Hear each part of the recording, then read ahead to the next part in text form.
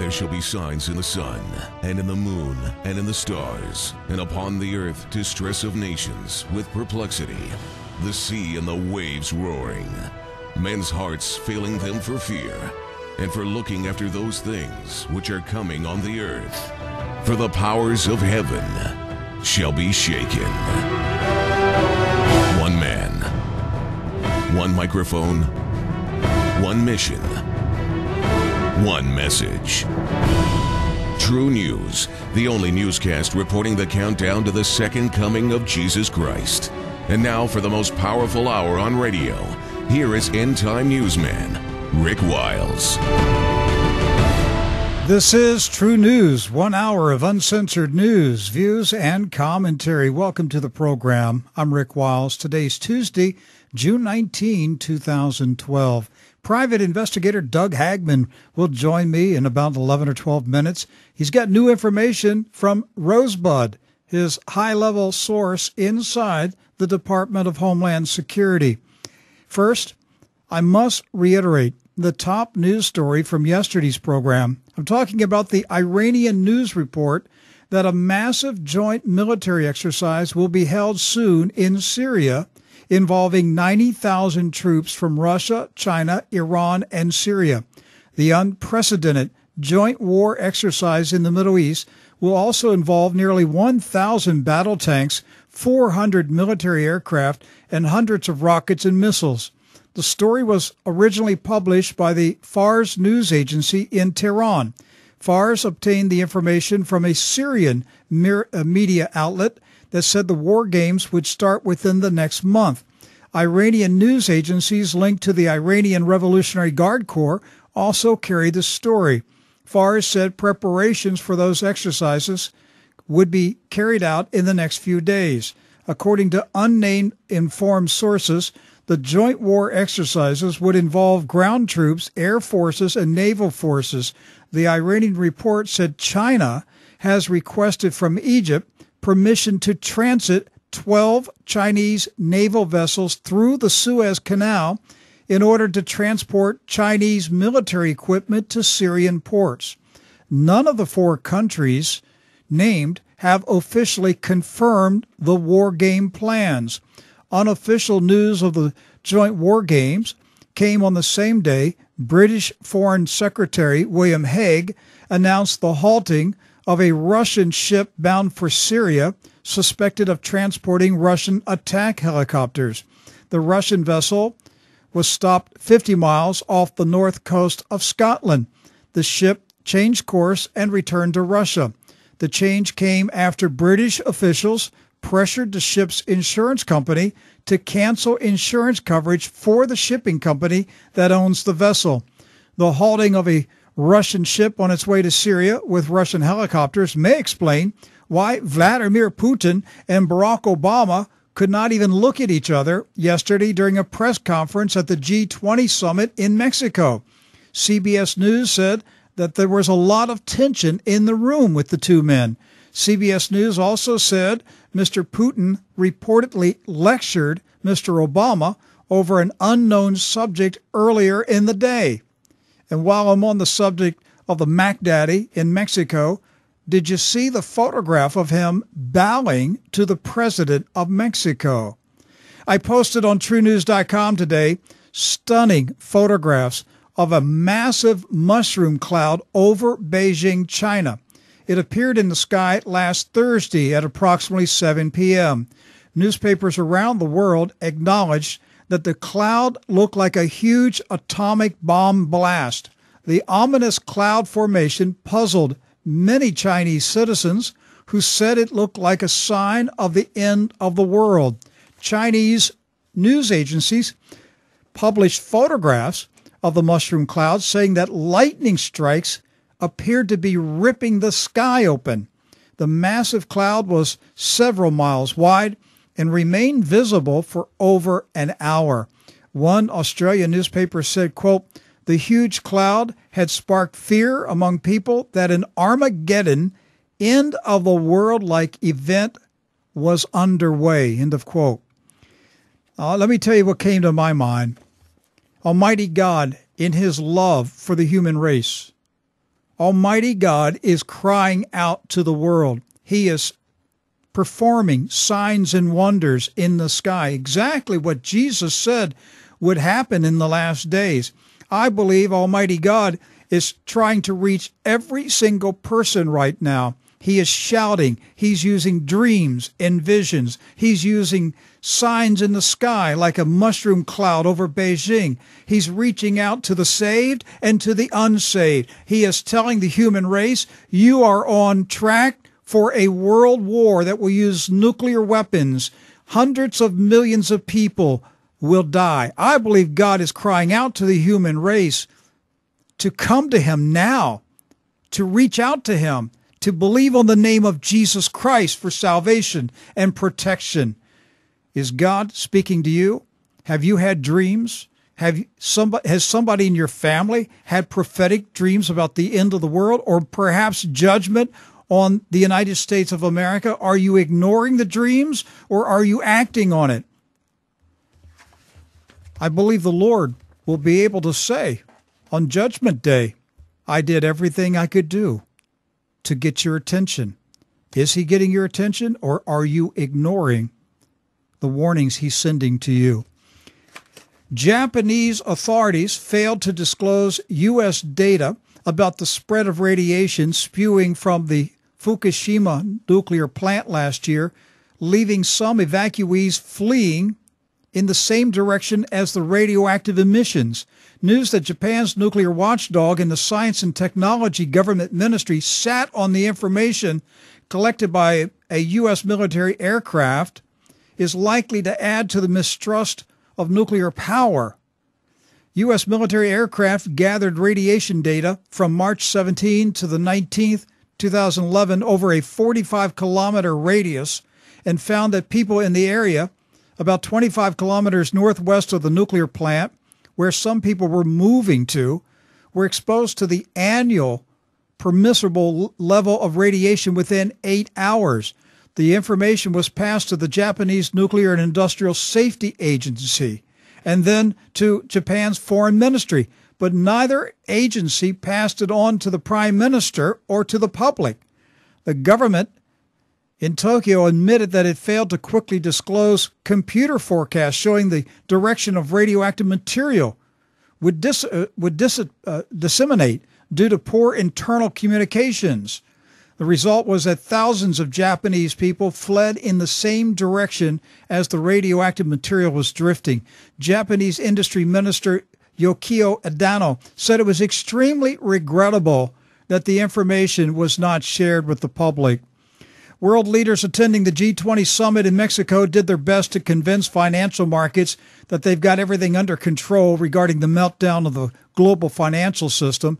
It was reported that Barack Obama is pressuring European leaders to consolidate the power of the EU by integrating all European banks under a central authority. The Financial Times in London said 10 EU foreign ministers have spelled out radical suggestions to use the Eurozone debt crisis as a springboard towards closer integration of the European continent, including a creation of a European monetary fund, a European army, and a European finance minister.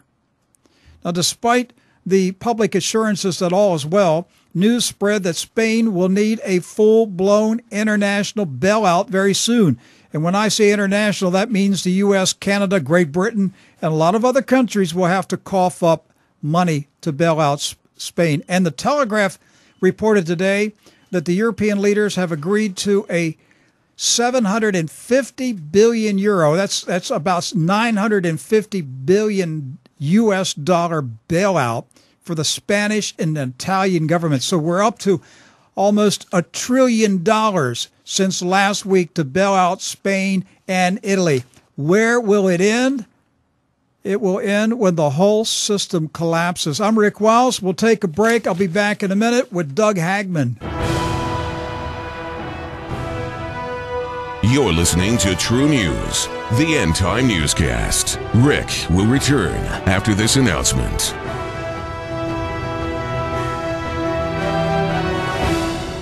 Are you trying to work something out between you and God? A nap might be just what you need. Dr. Stanley explains in today's Moment with Charles Stanley. Now, one of the most exciting things to me as a pastor is preparing for the messages. And I have learned that one of my best tools for preparation is sleep. Now, that doesn't mean I just sleep around all week with the Bible and just hope something's going to come out on Sunday, because I work diligently, and sometimes it comes hard and sometimes it comes easier. But here's what I've discovered. Some of the most precious things that God speaks to me about, He wakes me up right out of a dead sleep. For example, this past week, I woke up, sat straight up in the bed. I reached up and touched my clock because it has a light on it, and I usually check the time if I think God's saying something. And so I punched it was 5:20. God said, here's what I want you to do. Crystal clear, could not be anything but God, out of a total dead sleep. Now, what does that tell me? That tells me so many things. It'd be another sermon. It tells me, hey, I love you. I'm interested in you. I'm caring for you. I'm talking to you. I'm in control of you. Just trust me. That's what He's saying. Listen to this carefully now. This has absolutely nothing to do with being a pastor. Nothing. Because God will do in your heart for you the same thing He'll do for me. All you got to do is listen. Has nothing to do, you see, don't put pastors and Bible teachers up on some plateau. And as a child of God, He's willing to speak to any single one of us the same way if we're willing to listen to Him. But if you're not a Christian, a great place to start your journey is with the 3rd chapter of John in the New Testament. And you'll also find information in the All Things Are New section at intouch.org. Well, welcome back to True News. I'm Rick Wiles. In early May, we broadcast a surprising interview with private investigator Doug Hagmann. Doug is the founder and president of the Northeast Intelligence Network, a group that monitors the spread of Islamic jihadist groups inside the USA. Doug had shared with me privately the contents of a phone conversation he had that day with a high-level source inside a top federal law enforcement agency. Now, he can only identify the source by his code name, Rosebud. Rosebud alerted Doug that federal agencies are preparing to impose martial law in the event of a financial meltdown. Needless to say, that True News program went viral around the world on the internet. Now, Doug was contacted again by Rosebud in mid-May, and I have Doug on the phone right now because there has been a recent contact between Doug Hagmann and Rosebud. Doug, welcome back to True News. Rick, I want to thank you very much for having me on your great program. It's a pleasure to be with you. Yes, sir. Well, this is becoming like a soap opera. Rosebud has contacted you for the 3rd time in approximately 6-7 weeks, and I was alerted last night that you had this recent conversation. What's the context of this most recent contact with your source? Well, as I pointed out in my article, this really was not one contact, but it's actually a series of contacts over the last month, over a period of about 30 days. And okay, so the article you've posted online last night is actually a compilation of several conversations? That's correct. Okay. And yeah, and I will omit the dates, days, times, and locations and methods of contact at the request of my source. But he pretty much set the parameters of what I could and couldn't say and what have you. But initially, the initial contact I had with him back first, the first contact I had with him in this particular series, latest series, he appeared very angry and very upset, and I thought it was directed at me. In fact, I joked in the article where I thought the bloom was off the rose, and it was as if he just. I figured, hey, I'm about ready to lose a source. I wasn't sure why, and he started laughing. He said, I'm still getting a lot of information on his personal and business emails about, the initial article that we did, the initial conversation that we had. And he said that really created an unbelievable storm of epic proportions, with the people that he deals with. And frankly, the Department of Homeland Security and the various agencies under that umbrella are attempting to tighten up the information and attempting to find out, where some of this information is coming from. It's obvious, Rick, that they don't want this information out. When I say they, I'm talking about the Napolitanos and the Pistolis and the higher DHS and TSA and other agency heads, the people that head these agencies. So that was pretty clear to me that there is right now a concerted effort, and people have to understand that, a concerted effort to discredit not only the information in this article, but to discredit the messenger or messengers, whether it be me and of course my contact as well. So that means a lot of people in Homeland Security and other federal agencies listen to at least one edition of True News. Oh, absolutely. Well, we want to welcome them to the program. Hope they tune in every day. well, I do hope that as well. And look, I know that there are a number of people under the umbrella of the Department of Homeland Security who are good Christian, God-believing, God-fearing men and women that work in an effort to save this country.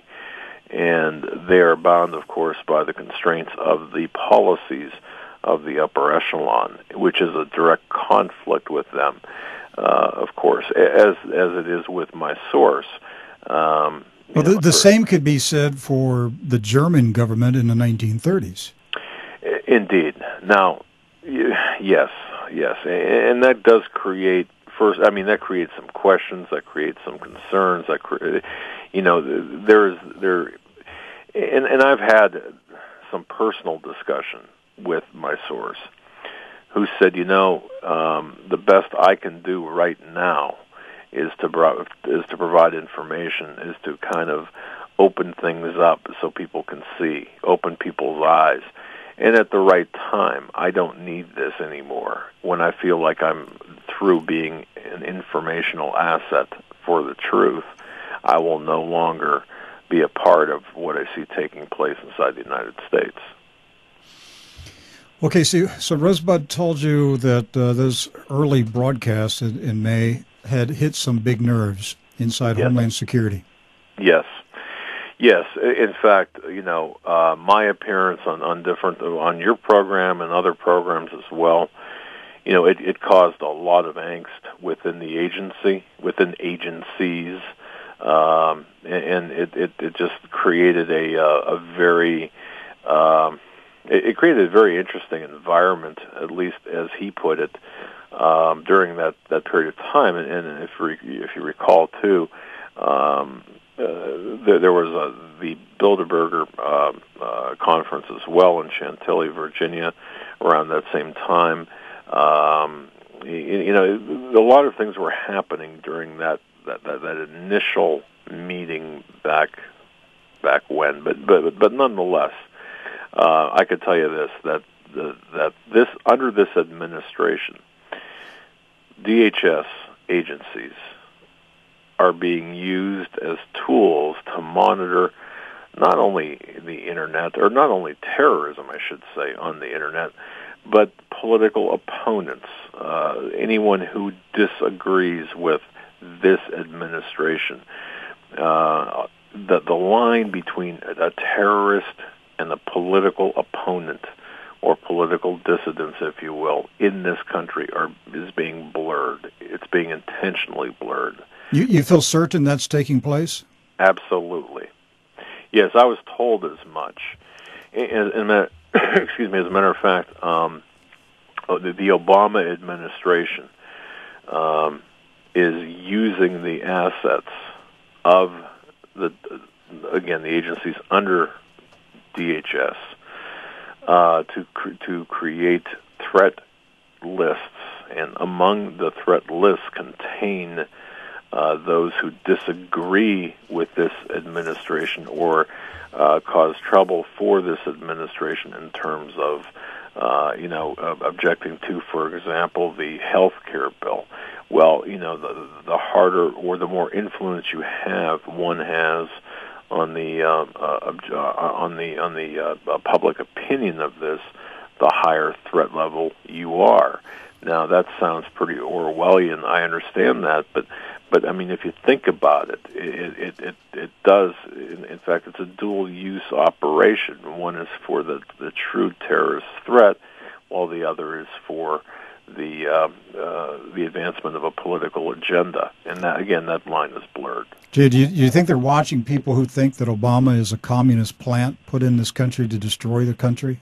Oh, I know that, and how I know that is based on my conversation with my source. Yes, I was told that. The threat lists include, but are not limited to, people who question his eligibility, people who question his tactics with regard to illegal immigration, people who question his signing of the executive orders, and this, of course, for example, Napolitano and others who answer directly to, who are secretaries of the various agencies or directors of the FBI. They answer directly to Obama. Of course, they're being used not only for the national security purposes, but for political opposition as well. And after talking with my source, I firmly believe that other administrations, to a lesser extent, have done the same thing. But the key words here are to a lesser extent. This administration, according to my source, is not going to stop, or has no intention of stopping or reining in the particular powers. It's going to expand. Everything this guy is doing, meaning Obama, it seems as if he is expanding his personal power as opposed to the protecting of the citizenry of the United States. Yeah, we have a little Hugo Chavez in the White House. Well, that's one way to put it, and very succinctly as well. And again, if Chavez, if a newspaper in Venezuela criticizes him, he just sends the army over and shuts it down. Yes. Now, it's not obviously it's not quite that bad here. Not yet. Not yet. And however, if people begin to think about this, and this does conform, as I thought about this too over the course of the last month or so, just because I'm in contact with someone who gives me information, and just because we have a relationship and I've known this individual for quite a long time, does that make the information right? Is he getting fed misinformation, or is he seeing misinformation deliberately? Yeah, there are a lot of questions that have to be asked and have to be weighed. I was going to ask you that question. I'm assuming you're an investigator. You've already considered the possibility that Rosebud is either being fed misinformation to get to you, to get to True News, to get to other radio programs, or he is willingly participating in feeding you information. Have you considered those possibilities? Yes, both possibilities, and even more, if you will. I've actually attempted to. I've attempted to engage in certain activities which I know how to do to verify in a rather covert manner, to verify the accuracy of the information. And I've also attempted to seed things to see if things would come back to me. And so far, I have to say that I have to give this gentleman perfect marks in terms of, or perfect grades in terms of analyzing the information that he is privy to and giving it to me without without changes and without reservation. Okay, let's get into some of the specifics that he shared with you in recent days. We'll start with the economy. Right. The economy is the huge thing. And again, he reminded me of our initial, very, very first conversation where he indicated that, there are really kind of three parts to this whole planned chaos, this orchestrated chaos by Barack Hussein Obama and his czars, unelected czars, and political cronies. And the one part is the economic part, and then, of course, you've got the racial part, and then just general chaos that results from those two. Well, the economic part, is extremely important because, we are watching now the disintegration of the euro. I mean, the euro is essentially on life support, and although it's brain dead, it's on life support. And people think, well, because of the recent elections in Greece, that perhaps this might give it new life. Well, it's difficult, metaphorically speaking, to have hope for a patient, although on life support and still breathing and with assistance and the heart's still beating, but having the brain dead, it's hard to be optimistic. Well, that's the situation we're in. Well, according to my source now, that this whole what's happening in Europe is going to affect the United States is coming here. It's just a matter of time. The Greek vote bought some time in Europe. It doesn't change the fact that the euro is essentially done. It just bought more time, and then when that collapses, and I think, Rick, you pointed this out in your programs, where you're going to see this domino effect from Europe into Central America to Mexico to the United States. I'm of the opinion, Doug, that the upper echelons of the elite, whether in government or banking or Federal Reserve, European Central Bank, they already know that the global financial system has crashed. It is broken. It is beyond repair. What they're doing right now is simply managing the public perception that things are okay. That's correct. I think behind the scenes, they are taking very extreme steps to deal with what they know is on the horizon. And what we're hearing on TV and radio and in the newspapers, it's just propaganda. It's just to keep the public sedated, believing that the politicians and the bankers are having summit meetings and special meetings and they're working to solve these things, when in reality they know it's a lost cause. It's gone. That is absolutely correct. And I think once again we have to take a look at the fact that when people today, or whenever the trigger is pulled, or whenever the event happens where our dollar is devalued or is worthless or becomes worthless, people are going to be blindsided, at least ones that are not paying attention to radio programs like yours and reading things like this. They're going to be blindsided, and that's going to result in this chaos.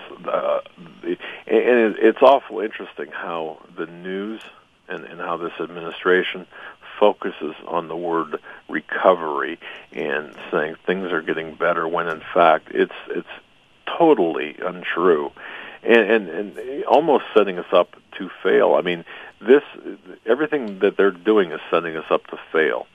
So when the moment of truth arrives and our dollar, or we go to the store to swipe our ATM card into the gas tank and it doesn't work, and we find out, hey, they deactivated the entire financial system the night before.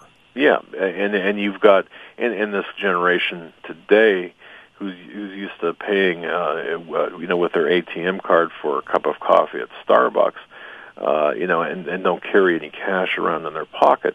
When it's sudden, when there's a sudden realization that they're in trouble. I mean, a bank holiday, indefinite bank holiday, for example, they're going to be cashless. There's going to be desperation to a point where, okay, well, what happens? Well, the DHS now is going to be. Right now they're actually preparing for this scenario. Yeah, Doug, the general public in the USA has no awareness or comprehension that just a week ago, the European newspapers admitted that European officials are actively preparing to implement capital controls to regulate the flow of cash across borders, Right. to suspend cross-border travel in Europe, and to limit cash withdrawals. I don't know what's happening there on our audio. To limit cash withdrawals from banks. Now, that's been in the European papers in the last week or two, but the general public in America doesn't know about it. This, as you say, it's going to blindside them. They're going to wake up one day and find out that the banking system has been shut down. Absolutely, and that's by design to a large degree. You know, the one thing that sticks on my mind, and this is something that I was told initially by my contact, and once again reminded by my contact, look, the guy in the White House does not appear, or doesn't plan, I should say, on going anywhere. Not in 2013. He's going to be there. That's according to to my contact, what he is hearing from DHS. And now, why would DHS, for example, know this? I mean, I've received that question. Well, how do you know this? Well, Washington is a pretty incestuous town, and people do talk among themselves, and more importantly, people themselves have a tendency to look out for themselves and to prepare for their families and then themselves. And rats jump off a sinking ship. Right. And usually right, at this stage of a political campaign, when the candidate looks like an absolute, guaranteed loser, most people are starting to jump ship and get other jobs. Right. But nobody's jumping ship. It's like they already know Obama's going to remain in the White House. I mean, Obama right now is more unpopular than Herbert Hoover in 1932. Yet he's still out, playing golf. He just played his 100th golf game, and he's arrogant. Now is that arrogance, Rick, or is that an exhibit or an illustration of some sort of predefined conclusion? Well, he's arrogant because he knows the elite are going to keep him in power. That's okay. That's what I believe, and of course, that's what my source believes as well. And there's information I did not put into this article simply because it just I was limited by space and by relevance. But we did discuss the Republican nominee as well, and according to my source, well, there would be no changes, really, no change, even if the Romney, for example, got into the White House. DHS certainly, at least from his vantage point, doesn't see any type of changes anticipated for any change of administration. And that was one of the hair-splitting questions I had to ask. Look, are you not seeing this because there's this definite certainty that Obama is going to remain in office, or perhaps for some other reasons, such as there would be no perceptible changes under Romney, and he said it didn't matter because either way, the same continuity of agenda, that went from Bush to Obama, is present with Obama to Obama again, or Obama to anyone else. And if you think about that, my source does have that 20/20 hindsight into going back and saying, look, I was here during the transformation from Bush to Obama, and I'm gonna, I perhaps will be here for the next transformation. How about Bush to Clinton, Clinton to Bush, and Bush to Obama? Nothing has changed. Exactly. Nothing. It's the shadow government. And that's a good point, because, how much of this is Obama being a puppet, for example? Well, again, and I think I might have said this on your program, and I have to quote my source on this, puppets at times, the ones that are alive, begin to develop their own sets of muscles, even though they're being handled by a puppeteer. And this is something that we have to think about as well. there might be an agenda in which Obama is employing. However, he can put his own spin on certain things, and he's got some leeway to do some things, and that's what we're seeing, that leeway. And people have to really think about this now. That leeway, for example, in the Obama administration, that leeway consists of his relationship with the new Black Panthers and the SEIU, whereas the leeway perhaps Bush had was more toward the corporate interests, the Halliburtons and the other types of industries. So regardless of the candidate, there's that leeway portion. It's just who are you going to side with. Doug, let's talk about what your source said to you regarding the Homeland Security budget. Right. There's going to be, according to my source, an allocation of another $1 trillion that's going to be allocated for surveillance measures and equipment. $1 trillion? $1 trillion for surveillance equipment. That's correct, for the year 2012-2013. Well, for fiscal year 2013. Which will start. Let's see, that's October. I think July or October. I'm not exactly sure. Okay, but what's really important here is for people to understand that the police departments, the municipal police departments, they're receiving all sorts of great equipment, and they're loving it. And I mean, the paramilitary style equipment, and they're appreciating this. They're loving it. They're not asking too many questions. There was an incident in Buffalo at the Erie County Medical Center. If people would have seen the video footage on the news of this doctor, this surgeon, who shot a slew of people and then shot himself on the news, there was, in fact, my wife was watching the news, and she said, "What is the military doing over there?" And I said, "That's not military. That is the police department.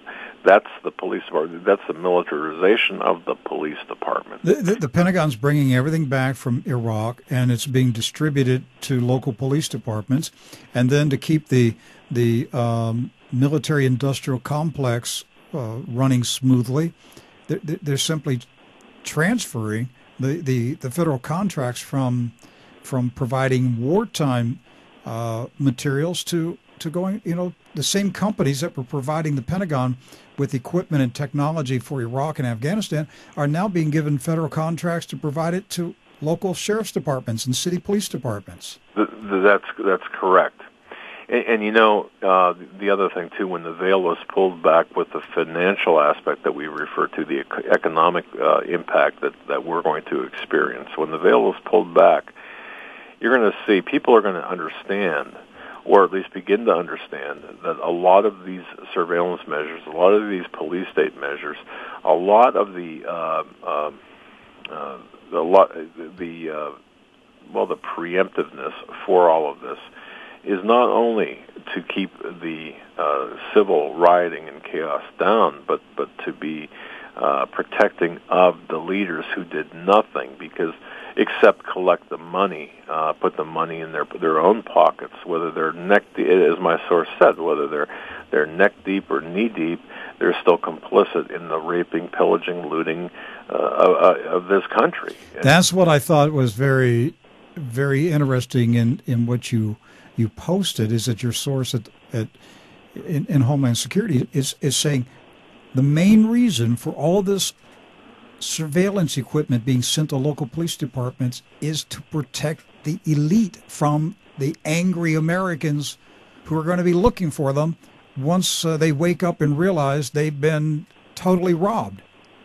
Pretty much, yes. I mean, obviously there's more to it, but you said that very succinctly, and people have got to understand that our lawmakers and ask, and if you don't, and of course I don't ask anyone to take my word at face. Do your own research, but ask why, for example, the NDAA passed, and why all of these executive orders, and why all of this legislation passed in a bipartisan manner. Well, obviously the right-left paradigm has been shattered. It's no longer a two-party system. It's just one oligarchy. And, it's so, again, the anger of the average American is going to be severe. And once again, the power elite, they're enabling this looting process by oppressing the truth. And the other big thing, Rick, is that, again, our stories, our articles, our information is under attack by these war rooms. And I'm not, and as according to my source, and paraphrasing him, we're not talking about a bunch of young kids, with a can of Red Bull and a computer in some room working for the re-election campaign of Barack Obama. We're talking about people who are looking over the internet for articles, for information that could be damaging to Obama, creating a list, and then disseminating this information to people like Valerie Jarrett. Are these war rooms staffed by people who are on the federal payroll? Yes, absolutely. They're using federal employees to monitor what is being said on the radio and TV and the internet? Yes, under the pretext of terrorists. Again, I would remind people to go back to that MIAC report, to the reports of when it seemed not to make any sense, where Napolitano and Cruz said, well, returning veterans, anybody with a Ron Paul bumper sticker, anybody with who's quoting the Constitution. Constitution, exactly. Why are they listed as threats? Well, everybody's got to be. We. And then, of course, she did a double take or a two-step back and saying, well, we redid everything. No, they didn't redo everything. What they did was they redacted some of the information from the public while keeping the information the same. So they're looking for these dissenters that are in America. And I know this is very hard to believe. And again, don't take my word for it. Just, but when you look at things, when you look at everything that has happened, and I had to come to this realization because, again, if I fall for a tale that is, that's really just out there, I mean, my reputation's on the line. I'm not going to print something that sounds so incredulous that makes me look like a fool, because I've got a professional reputation to uphold as well. Doug, did your source say whether these war rooms that are gathering information on people who do not agree with the great one in the White House, Barack Hussein Obama, did your source say whether these war rooms or associated groups are actually carrying out covert actions to discredit or bring down their organizations? Credit or carry? Well, okay. To discredit those sources, or actually to wage some type of war and actually harm their organizations. Well, yes, and again, this is there. As I noted in my article, something has drastically changed when the political enemies versus the real terrorist threat is being blurred. There seems to be this sense of urgency now, this growing sense of impatience by the top DHS officials. Now what they're doing is not only collecting the information, but providing the information in, we'll say, like a national security briefing to people like Valerie Jarrett and Valerie Jarrett herself and others. And they, in turn, issue orders to, when I say issue orders, at times, at least one time I can say that my source told me there was an effort made by people who are staffing at least one of these war rooms, as I call them, as he calls them, to go out and to attempt to marginalize, to take to discredit the message and marginalize the messenger. That's the best way I could say it. It would be difficult to take down, for example, the Drudge Report. It would be difficult to take your site down. People would ask questions. Well, somebody took down Andrew Breitbart. My personal opinion. I know the official story is that he had heart failure, but the man fell dead on the street after leaving a bar at night. In good health. The only witness who saw him fall down on the street said he was blood red, which is the opposite of somebody having a heart attack. They turn blue. Somebody who turns blood red is somebody who was poisoned. And then the only witness has disappeared, and doesn't want to, either he's in hiding or something has happened to him. And then one of the members of the coroner's office was poisoned to death on the morning the coroner's report came out about Andrew Breitbart's death. Right. Now, it's my understanding that the one witness was located and was interviewed, but the information is factually accurate with respect to the appearance of Mr. Breitbart, and it's a little bit disconcerting to me when my source uses Breitbart as a verb as opposed to someone's surname, and in other words, some of us may be Breitbarted. In that fashion, that's correct. And I spent 6 years, in the emergency medical field from 1976 through 1982. And I've responded to numerous cardiac events. And in every case, the patient, who did suffer a massive coronary or had a coronary event was not bright red, but in fact pale. Pale to pallor to blue. Yeah, red is a sign of arsenic poisoning or some other type of right. Poisoning. It could indicate a number of other things. In addition, certainly I don't know the facts of the Breitbart. Right. However, I do have my suspicions as well. And it's interesting because of the timing, and nothing happens with this administration in terms of timing as a coincidence. That's what I've been told, and I believe that to be true. And again, if you look at how things have played out, and look, we've got drones flying right now over America, and one has to say, well, why was there bipartisan support to name the United States as a battleground? Well, now look, we've got drones flying over our real estate.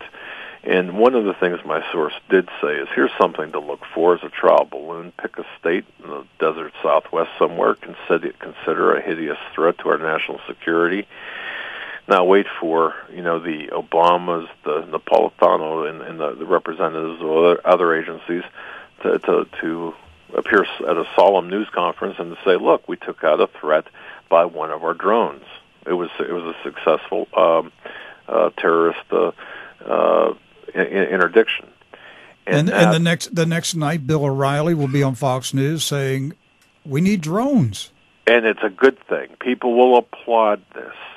And the majority of Americans will their chests will swell with pride, saying, boy, are we the best country in the world because we're able to protect ourselves. No, it's conditioning. It's not about security. And watch for these false flag operations, that being one of them, perhaps another one. And I might have mentioned this on your program as well. And this was reiterated to me, perhaps something against the president and or the first family, to cause sympathy, to cause empathy, to say that this whole thing... like an attempted assassination? Perhaps, okay, something to that effect, where there would be no real or genuine threat to the president. It would just appear that way. And imagine the left, the progressives, the news media saying, wow, talk about a racist populist hanging to their guns and to their Bibles.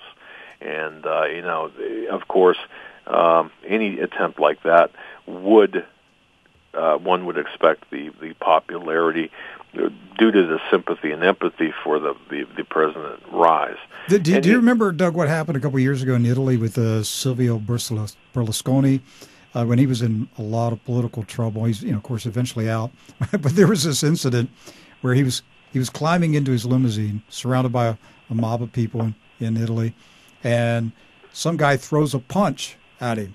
Okay, and it looks like he landed it on Berlusconi. But if you do the freeze frame, all right, there's no blood, there's no damage to his face, but Berlusconi goes into the limo, and then he comes out. When he comes out, he's covered in blood. Wow. Okay. And Italy was full of these conspiracy theories that when it was a fake punch. Berlusconi goes into the limo, they put some fake blood on his face. He comes back out for the cameras to see, and then the guards shove him back into the limo again. And, the whole thing was meant to generate sympathy for Berlusconi.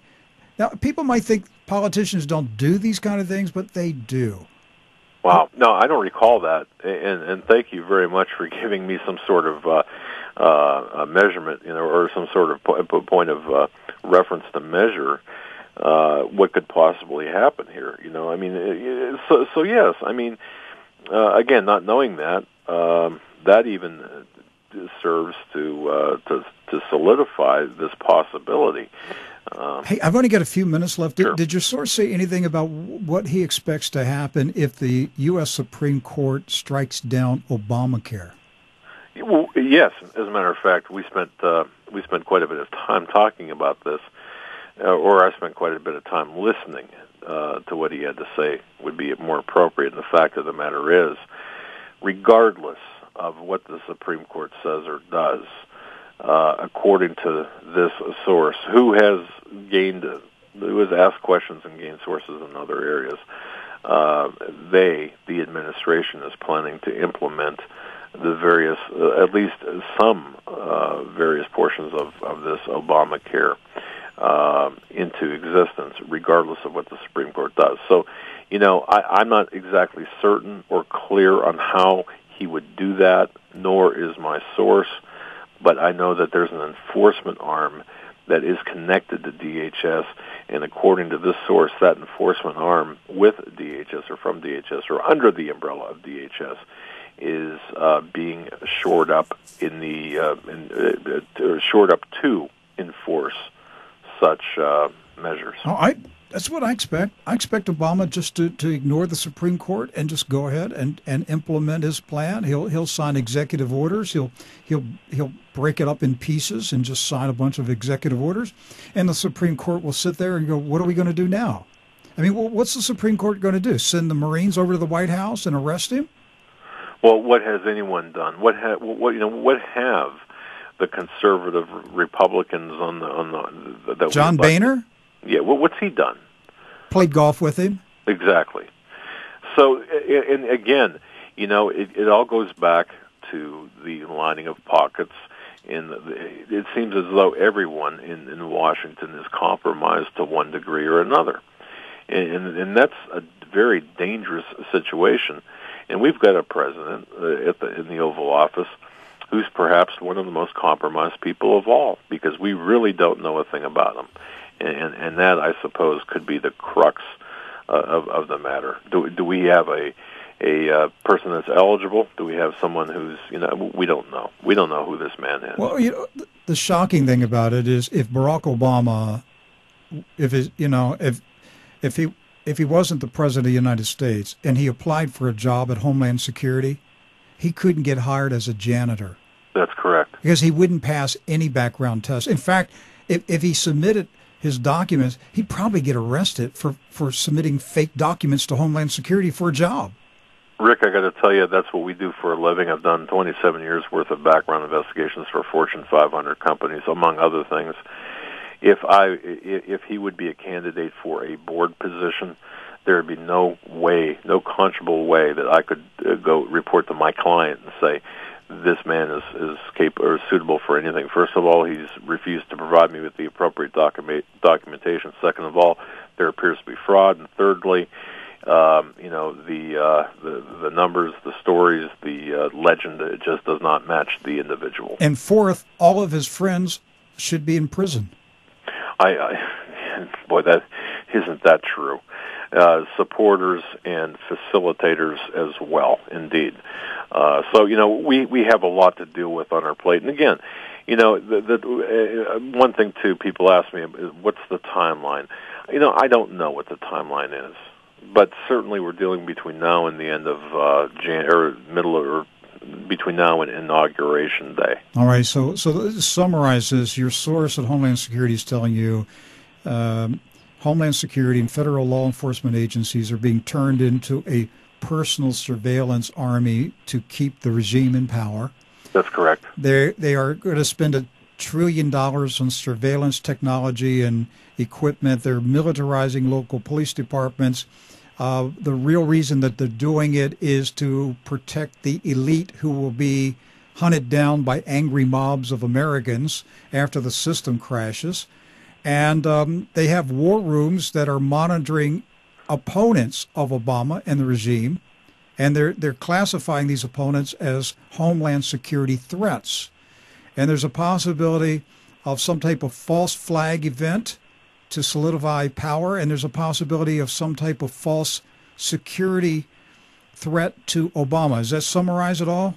How succinct can you be? That's exactly that. That's perfect. That is a perfect summation of whatever. I could not have said that any better, Rick, and that's why you're the talk show host and I'm not. Hey, but you got a radio show too. How can our listeners listen to your radio show? Oh, well, thank you very much for allowing me to plug that. It's the Hagmann and Hagmann Report. It airs nightly from 8 to 10 p.m. Eastern Time, and it's on. You can access our show via our website at HomelandSecurityUS.com. That's HomelandSecurityUS.com. Not affiliated with any official government agency. All right, HomelandSecurityUS.com. Doug Hagmann. Thank you, Doug. Appreciate you stopping by again. Rick, thank you. God bless you. Reporting the countdown to the second coming of Jesus Christ, you're listening to True News, the End Time Newscast.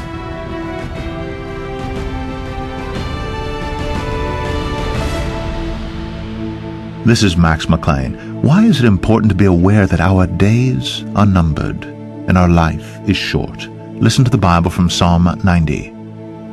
The length of our days is 70 years, or 80 if we have the strength. Yet their span is but trouble and sorrow, for they quickly pass and we fly away. Who knows the power of your anger? For your wrath is as great as the fear that is due you. Teach us to number our days aright, that we may gain a heart of wisdom. Relent, O Lord, how long will it be? Have compassion on your servants. Satisfy us in the morning with your unfailing love, that we may sing for joy and be glad all our days. From Psalm 90, listen to the Bible. It's great for the soul. Now you can download the Bible directly to your computer. To find out more, go to radiobible.org. Hey, I'm not a big fan of Hollywood movies, but I did see the trailer for the new Batman movie that's coming out this summer. The title is The Dark Knight Rises. Knight, K-N-I-G-H-T. The Dark Knight Rises.